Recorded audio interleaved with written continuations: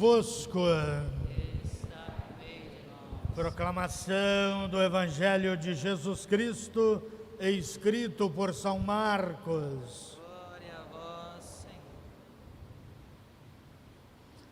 Naquele tempo, Jesus saiu de novo da região de Tiro, passou por Sidônia e continuou até o mar da Galileia, atravessando a região da Decápole.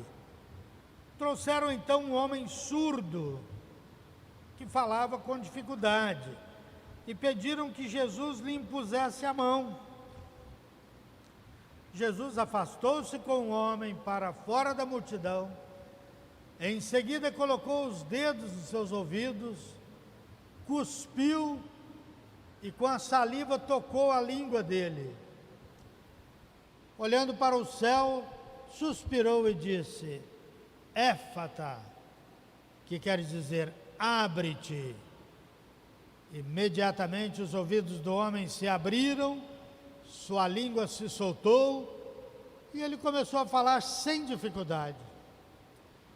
Jesus recomendou com insistência que não contassem a ninguém, mas quanto mais ele recomendava, mais eles divulgavam. Muito impressionados diziam: ele tem feito bem em todas as coisas, aos surdos faz ouvir e aos mudos falar. Palavra da salvação. Glória a vós, Senhor. Podemos sentar. Meus irmãos, minhas irmãs, hoje nós celebramos a passagem de 3 pessoas da nossa comunidade: a Maria Pereira, o Anderson Gonçalves e a Juvina Nunes. Dessas pessoas há quem faleceu por Covid-19, problema que continua ainda ceifando vidas no nosso meio.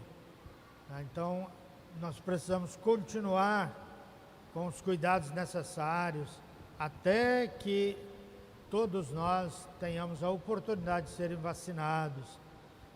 Essa doença terrível, que deixa a gente numa profunda insegurança com relação a todas as coisas.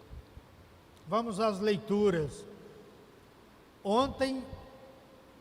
Anteontem e hoje. Anteontem, as leituras falavam dos 3 últimos dias da criação: o 5º dia, o 6º dia e o 7º dia. No 5º dia, de acordo com aquele poema, Deus teria povoado as águas e a terra. Na povoação da terra, ele cria o homem, ele cria o ser humano à sua imagem e semelhança,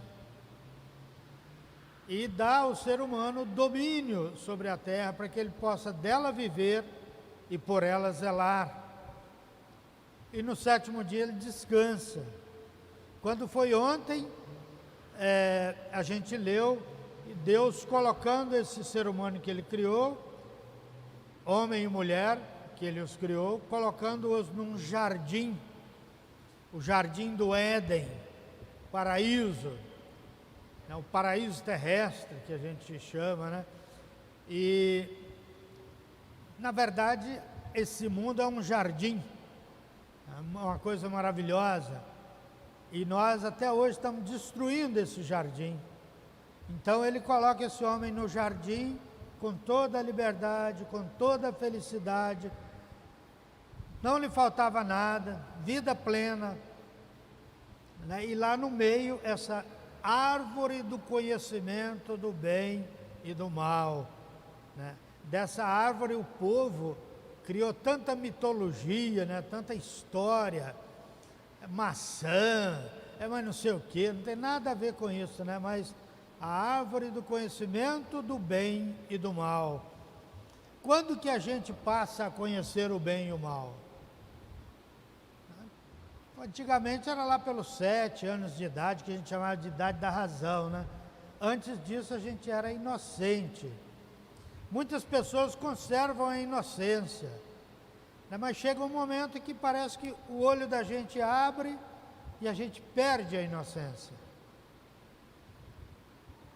Eu me lembro, antigamente, sobretudo na roça, quando tinha muita gente que morava na roça, as crianças até os 7, 8 anos de idade andavam peladas, né, pela roça, afora ali, totalmente inocentes, sem nenhum problema. Hoje não, hoje isso já mudou, né, na cultura.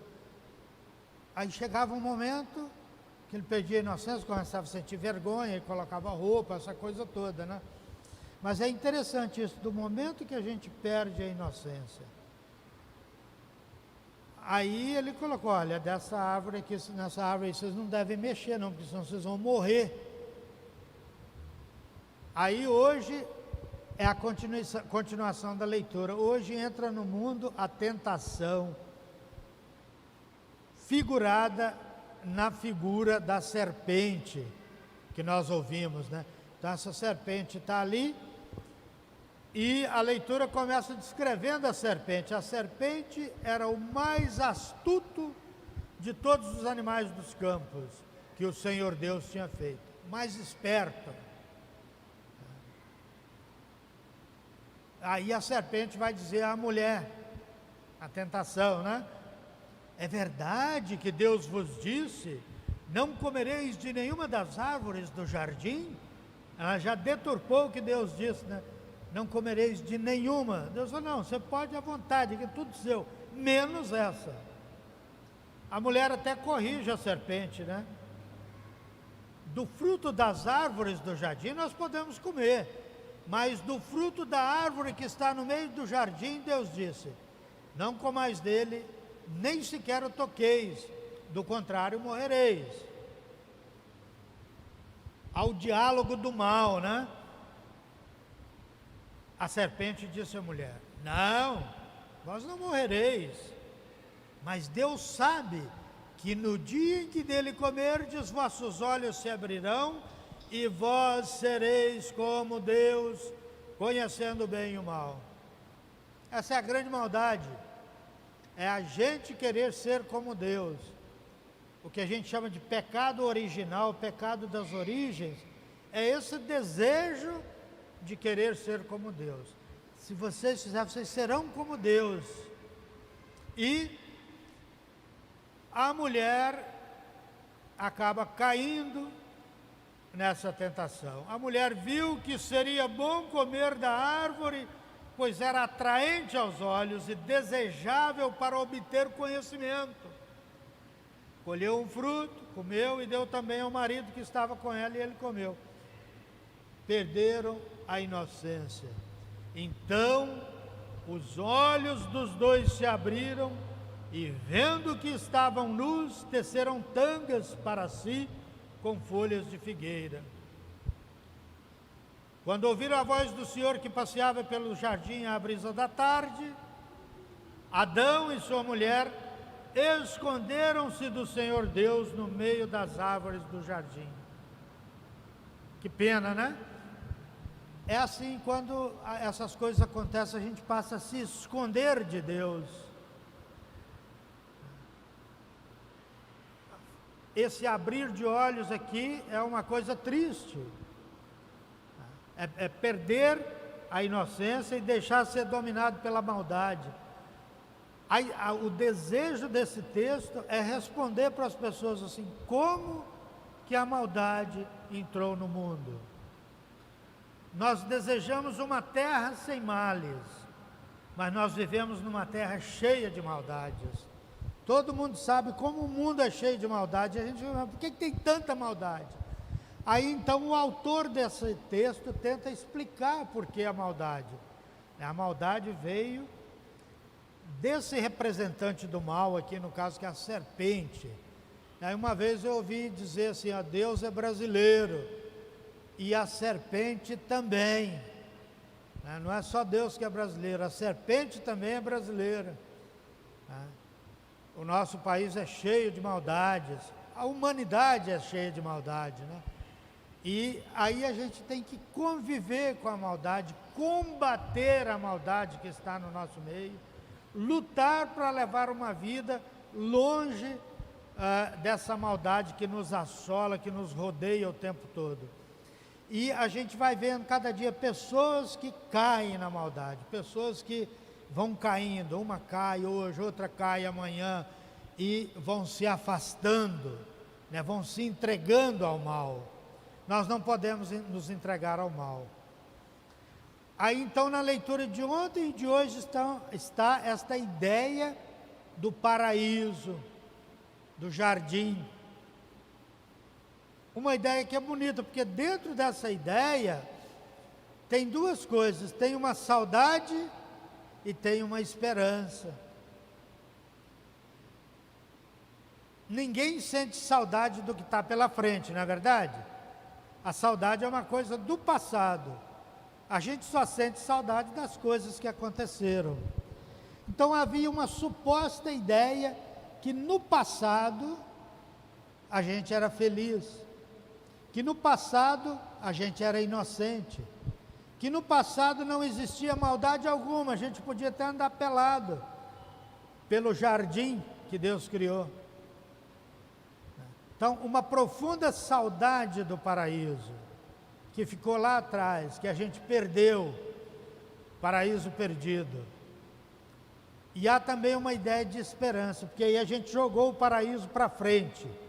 Hoje é tudo maldade, é tudo serpente, mas vai chegar um dia que nós vamos para o paraíso. Então é a esperança é sempre pelo que está na frente. Saudade do que passou, esperança com o que virá.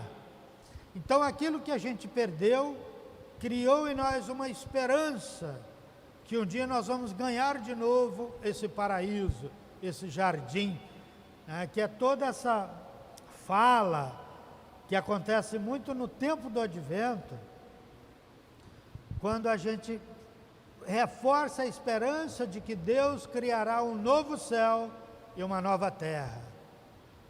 Agora, a pena é Ele criar perfeito, né? No final da história fala assim, Deus viu que tudo era bom, Ele cria paraíso, Ele cria um jardim, e nós destruímos esse jardim, colocando dentro dele a maldade. Que a maldade possa desaparecer, pelo menos na nossa esperança, que o novo céu e a nova terra não serão de novo destruídos por nós com o pecado, com a maldade, com a tentação. É assim, essa leitura, ela é uma leitura muito oportuna, muito bonita. O Evangelho de São Marcos, que nós lemos, é mais um feito de Jesus, né? Não é para mostrar que Jesus era um milagreiro, um poderoso, é que tinha uma multidão ali, e aquela multidão precisava acreditar em Jesus. Então Jesus dá um sinal.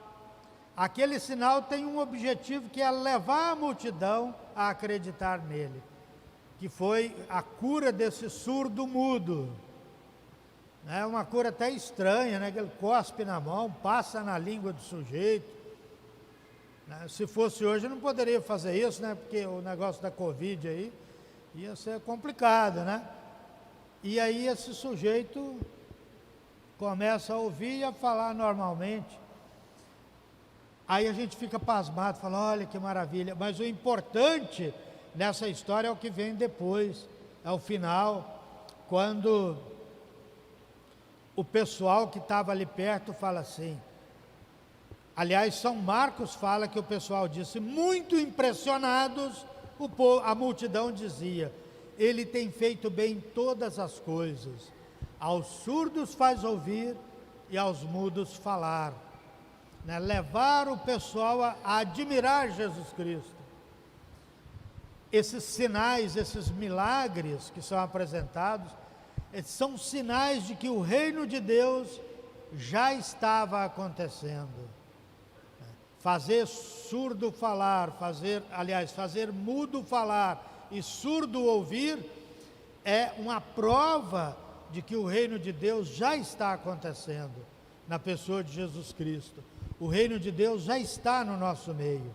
Então esses sinais eram pedagógicos, tinham uma finalidade, levar as pessoas a crerem que o Cristo era o Filho de Deus que havia de vir a esse mundo. O Cristo era o Messias que o povo esperava.